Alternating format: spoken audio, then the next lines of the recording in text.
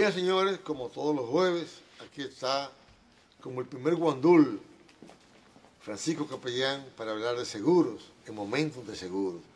Fran, buenos días. Veo que tiene una combinación. Combinación ahí. Y aquí parece que tú vas de aquí para dónde, para Naciones Unidas, o vas para el almuerzo que hacen los empresarios de la Cámara de Comercio. ¿Cómo la cosa? Sí, no, siempre hay que estar preparado para las invitaciones que lleguen. Y con el look, yo no me la dejo la barba tampoco, porque se me ve muy... Sí, yo decidí teñírmela de blanco, tú sabes, para el equilibrio. Y teñirte la blanca. O comiste suspiro, como dice. Ya sabes.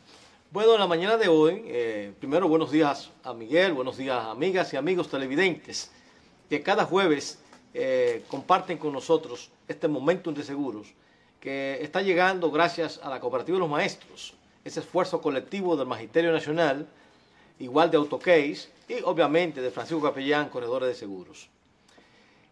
La mañana de hoy no puedo dejar de compartir con ustedes lo que es la seguridad social. Sí, en el día de ayer se celebró el Día de la Seguridad Social, incluso los organismos oficiales dispusieron la celebración de toda una semana, pero oficialmente 9 de mayo está establecido como el día de celebración de la seguridad social en la República Dominicana. Y la sociedad debe saber que el motivo de la misma, los medios se encargaron de publicitar con muchas informaciones la razón. Un día 9 de mayo del 2001 fue promulgada la ley 8701, que justamente regula el sistema de seguridad social en la República Dominicana. Y 2 años después entró en vigencia el primer aspecto de esa seguridad social, que tiene que ver con el seguro de pensión. Justamente ayer se celebraban 17 años de vigencia de la ley y 15 años de inicio del primer componente de ese sistema. Y a grosso modo, decir entonces que esta ley, su objetivo es justamente propiciar la protección de la población dominicana en materia de seguro de vejez, de discapacidad, de salud, de maternidad y riesgos laborales. Es una ley donde existen deberes y derechos, donde el Estado dominicano, los trabajadores y el empresariado o empleadores participan de manera, digamos, tripartita en la gobernanza de este régimen o de este sistema de seguridad social. Hay que destacar que existen organismos oficiales, Miguel. Está el Consejo Nacional de la Seguridad Social, que justamente en estos momentos existe una especie de una litis, una confrontación, porque en este organismo que participan 3 sectores esenciales, como yo he mencionado, el Estado como principal garante de la seguridad, la salud y la previsión de la población dominicana, del empresariado y los trabajadores, así se expresan en ese organismo. Un organismo de 3 partes que participan. Igual existen organismos que se llaman especies de reguladores o supervisores. Está la Superintendencia de Riesgo de Salud y está la Superintendencia de Pensiones. Conocemos de que existe una instancia a nivel del Tribunal Superior Administrativo, donde la CISARRIL, que es la Superintendencia de Salud y Riesgo Laboral, incoó un proceso de objeción a lo que tiene que ver con la resolución que emanan del Consejo Nacional de la Seguridad Social en materia de veto. Hay que esperar el pronunciamiento en ese sentido de que debe buscarse el consenso, porque la Superintendencia de Salud entienden algunos expertos que ha sobrepasado la ley misma y que lo correcto es que no se busque una salida de tipo administrativa, sino que se busque el consenso a nivel del organismo y en todo caso que se propicie una modificación a esta ley.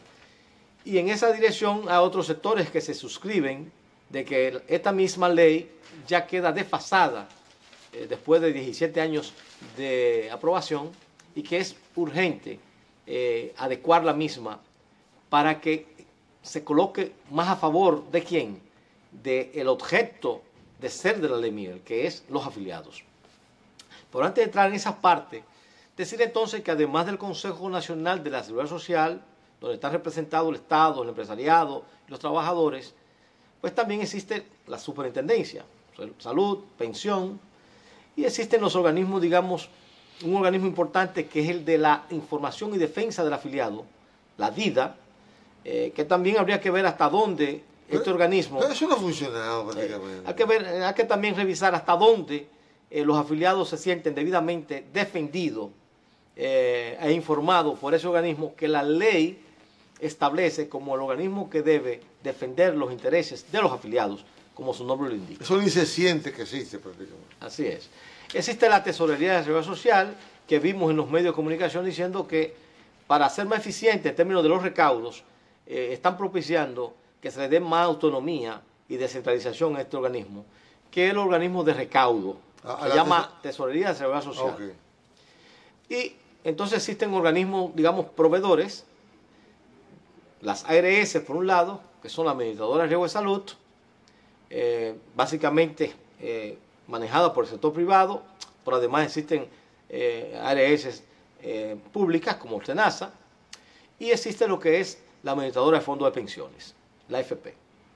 En lo fundamental, esos son los organismos que protagonizan el sistema. Decir entonces que el primer componente, los tres componentes ya yo dije que es pensión, salud y riesgo laboral. El primer componente, Miguel y amigos televidentes, entró en el 2013, tiene que ver con pensión. Eso quiere decir que ya el sistema de pensión va para 15 años.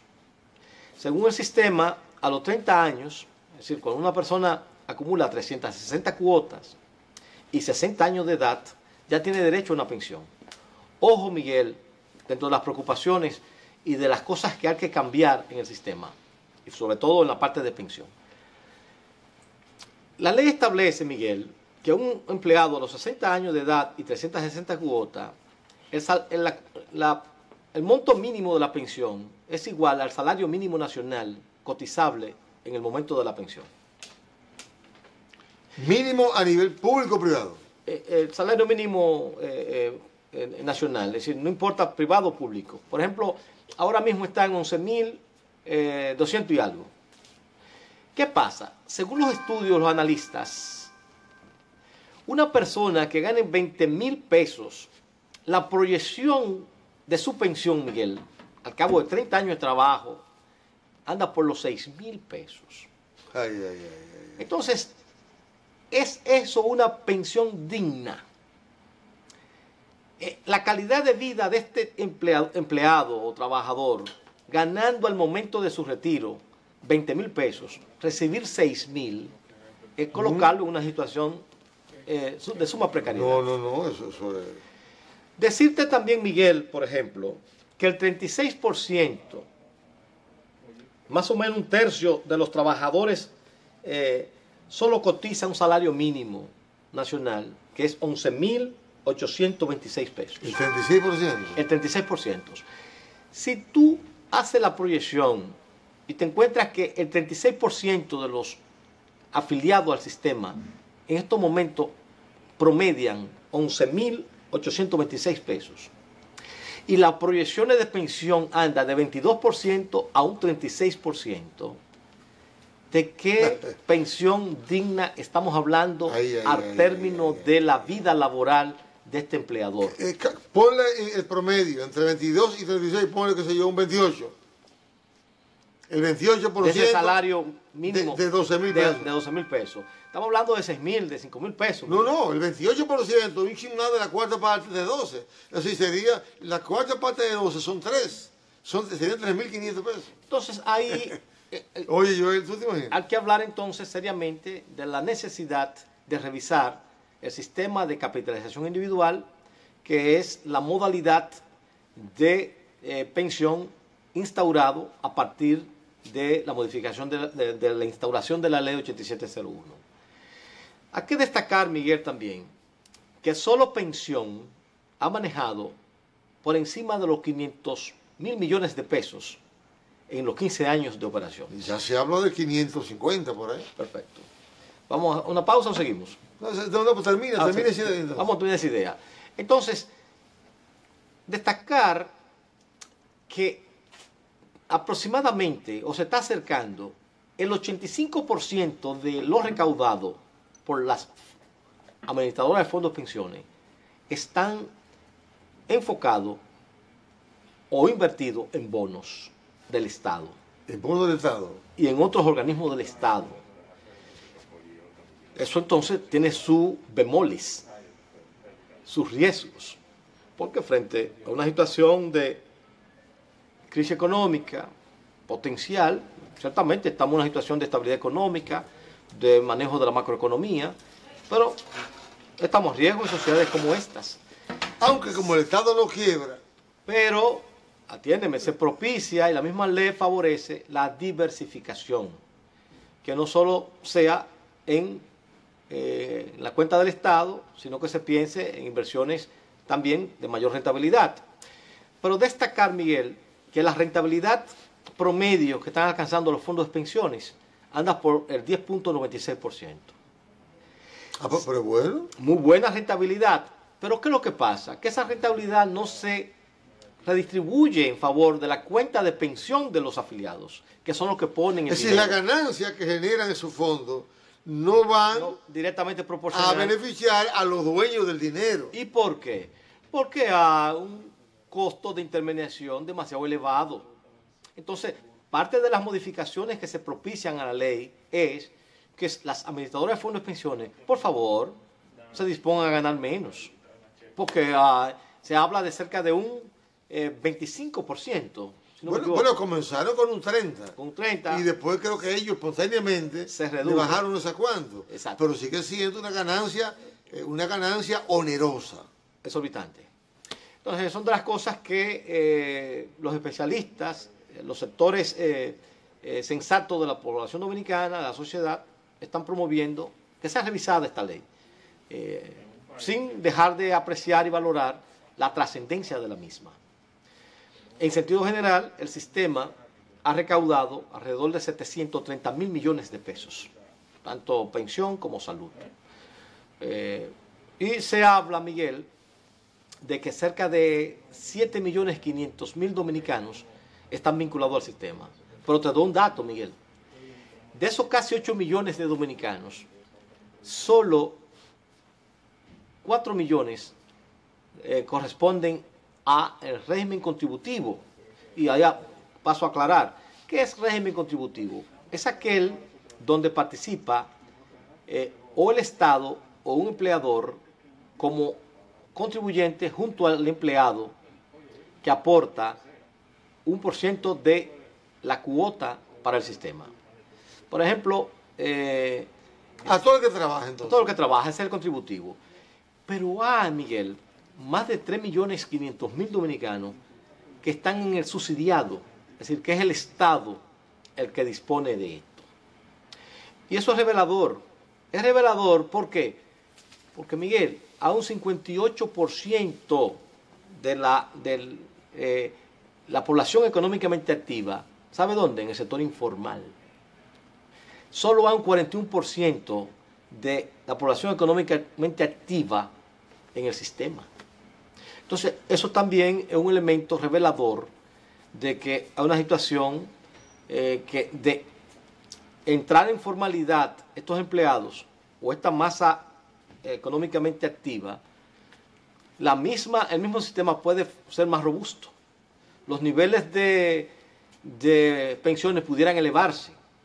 Entonces, todo eso es parte de las cosas que hay que revisar en el comportamiento Porque de esta ley. esa sería entonces la modalidad del contributivo subsidiado. Que no ha entrado entonces. Que no ha entrado. Sí, es correcto, porque son tres sistemas o tres regímenes: contributivo subsidiado donde es el profesional independiente o el trabajador independiente, O el chiripero, el zapatero, por ahí. que se financia a sí mismo, y el subsidiado, que es el Estado. Vamos a pararnos ahí entonces y seguimos en la segunda parte para complementar. Ah, que sigamos. Ah, no, que sigamos porque ya falta poco tiempo. Bueno, fue que empezamos Sí, y tarde. sí. Destacar entonces que amerita revisarse en lo que tiene que ver con la prestación de los servicios en la parte de salud. Es una queja permanente las limitaciones que tienen los afiliados con relación a enfermedades de tipo catastróficas. Oye, Miguel, que puede arruinar a una familia al momento que se presenta. Oh, pero claro. Imagínate tú entonces un simple empleado con una cobertura, 1 millón de pesos de cobertura, pero hay enfermedades y procedimientos que todavía no están contemplados. Hay que destacar que en octubre ahora del 2017 fue modificado el catálogo de prestación de servicios, se introdujeron mejoras en lo que tiene que ver con los procedimientos oncológicos, pero todavía, Miguel, hay deficiencia en otros procedimientos coronarios, renales, que ameritan que el sistema pueda actualizar y contemplar estos procedimientos, tanto tecnológicos como médicos per se. Pero de igual manera está la queja de los medicamentos. Actualmente está en 8.000 pesos. Primero, insuficiente. Y segundo, las limitaciones que presentan los afiliados con los tipos de medicamentos que hoy la tecnología moderna, la ciencia avanzada de la medicina, entiende que determinados medicamentos con determinados componentes es el efectivo para el tratamiento de una enfermedad, que tampoco está cubierto en el sistema. Y eso es lo que obliga entonces a la doble cotización, que uno de los objetivos del sistema era justamente eliminar la doble cotización, donde una persona tenía que contribuir al seguro social, que fue un fracaso, y tener un seguro privado. Eso explica por qué una gran parte de la población tiene que seguir teniendo planes complementarios, Sí. porque el sistema per se aún no da una respuesta efectiva a las necesidades de salud y de previsión social de la población dominicana. Por eso yo clamo al presidente dominicano, nuestro presidente, de que se case, casado, hasta con anillo de boda, con la gloria, y le dé al país una nueva ley de seguridad social que responda al interés de los trabajadores y de los pobres, porque hasta ahora ha servido para 4 o 5 grupos económicos, financieros. Gracias, Fernando, por este aporte nuevo tuyo a la sociedad y al país. Sí, un día como hoy, que recién celebramos la seguridad social, no podía yo en este momento de seguros referirme a esos elementos, a las bondades que tiene el sistema, obviamente, importantes, pero a la vez las debilidades que ameritan ajustarse la ley al respecto. Será pues hasta el próximo jueves que estaremos nuevamente con ustedes en este momento de seguros, compartiendo estas cápsulas importantes de seguros. ¿Cómo no? Feliz resto del día.